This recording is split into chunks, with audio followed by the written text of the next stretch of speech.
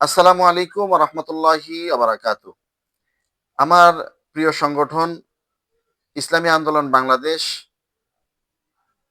এর যত অঙ্গ সংগঠন আছে, যুব আন্দোলন, শ্রমিক আন্দোলন, ছাত্র আন্দোলন, মুজাহিদ কমিটি থেকে শুরু করে ইসলামী আন্দোলনের যতগুলা সংগঠন আছে, প্রত্যেকটা সংগঠনের নেতা কর্মী থেকে শুরু করে কর্মী যারা, সমর্থক যারা, প্রত্যেকের উদ্দেশ্যে আমার আজকের এই ভিডিওটি। প্রিয় ভাইয়েরা, আপনারা ইতিমধ্যে জানতে পেরেছেন সাদেক হোসেন খোকার ছেলে বিএনপি নেতা ইশরাক হোসেন, তাকে ঢাকা মহানগর দক্ষিণের মেয়র হিসাবে ঘোষণা করা হয়েছে। তাকে শপথ পড়ানো হয়নি। কেন হয়নি? কারণ তিনি তো মেয়র হননি। আওয়ামী লীগের আমলে বৈষম্যের শিকার হয়ে, জুলুমের শিকার হয়ে হয়তোবা তার মেয়র হওয়ার সম্ভাবনা ছিল, কিন্তু তিনি মেয়র হননি। তারপরেও এটা নিয়ে যখন বিভিন্ন প্রশ্ন উঠেছিল, তখন তাকে আর শপথ পড়ানো হয়নি। এই শপথ না পড়ানোর কারণে ইশরাকের নেতাকর্মীরা, বিএনপি নেতাকর্মীরা, তারা ঢাকায় আন্দোলন করেন। আন্দোলন করার কারণে কোনো আইন কানুনের প্রয়োজন হয় নাই, কোনো আইন আদালতের দরকার হয় নাই। আন্দোলন করছে, এখন কি হয়েছে? ইশরাককে মেয়র ঘোষণা দিয়ে দিছে।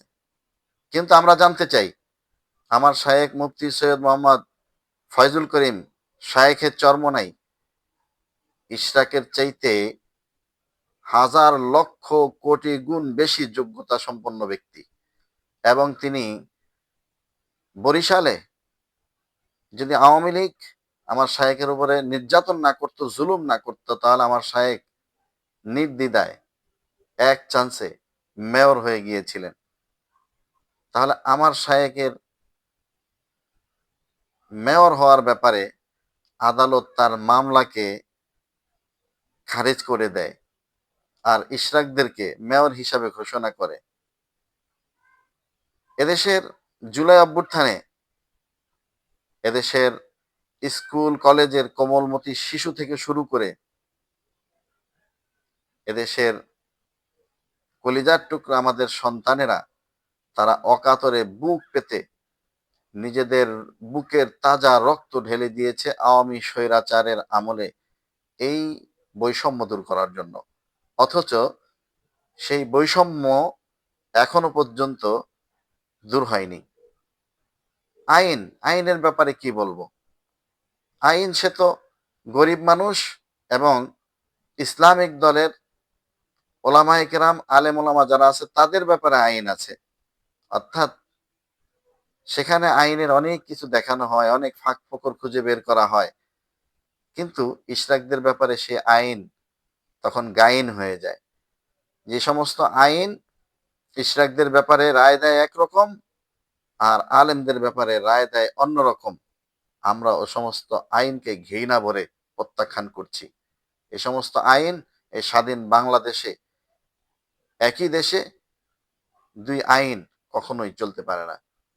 প্রিয় ভাইয়েরা, যে কথা বলতেছিলাম এবং যে কথা বলতে চাই, খুবই দুঃখ ভারাক্রান্ত হৃদয় নিয়ে আমি আপনাদের সকলকে বলতে চাই, যে কোনো মুহূর্তে ইনশাআল্লাহ আন্দোলনের ডাক আসবে।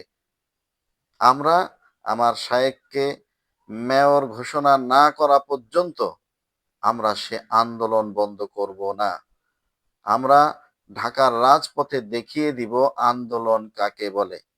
ইসলামী আন্দোলন বাংলাদেশ তার জন্মলগ্নের পর থেকে এ পর্যন্ত জুলাই অভ্যুত্থানে যে সাহসী ভূমিকা পালন করে এসেছে, সেটা ইতিহাসের সকলেরই জানা। প্রিয় ভাইয়েরা, আমরা আরো একবার গর্জে উঠব। আমরা আরো একবার ঢাকার রাজপথ দখল করে আমার শায়েককে মেয়র ঘোষণা না করা পর্যন্ত আমরা রাজপথ ছাড়ব না। এজন্য আন্দোলনের ডাক আসতে পারে যে কোনো মুহূর্তে।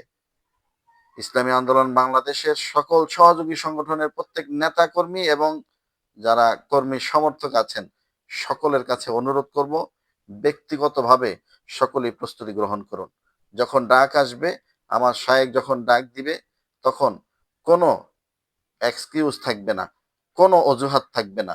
সবাই জান, মাল সবকিছু বিসর্জন দেওয়ার জন্য আমরা ঢাকার রাজপথে ঝাঁপিয়ে পড়বো ইনশাআল্লাহ। এই ভিডিওটা আপনারা প্রত্যেকেই প্রচুর পরিমাণে শেয়ার করে ছড়িয়ে দিবেন।